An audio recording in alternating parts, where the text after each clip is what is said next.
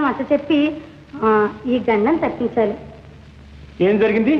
అబ్బే మరేం ప్రమాదం లేదు.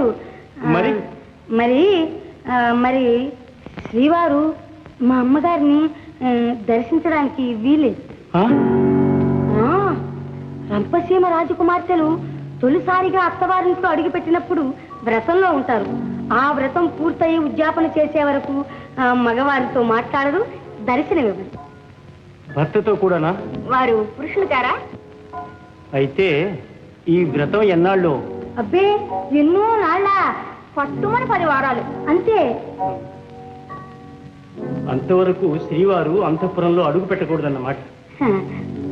వచ్చేవారు ముచ్చటగా రాకుండా ఈ వ్రతం ఒకటి మోసుకొచ్చారేమిటండి మన ప్రాణానికి?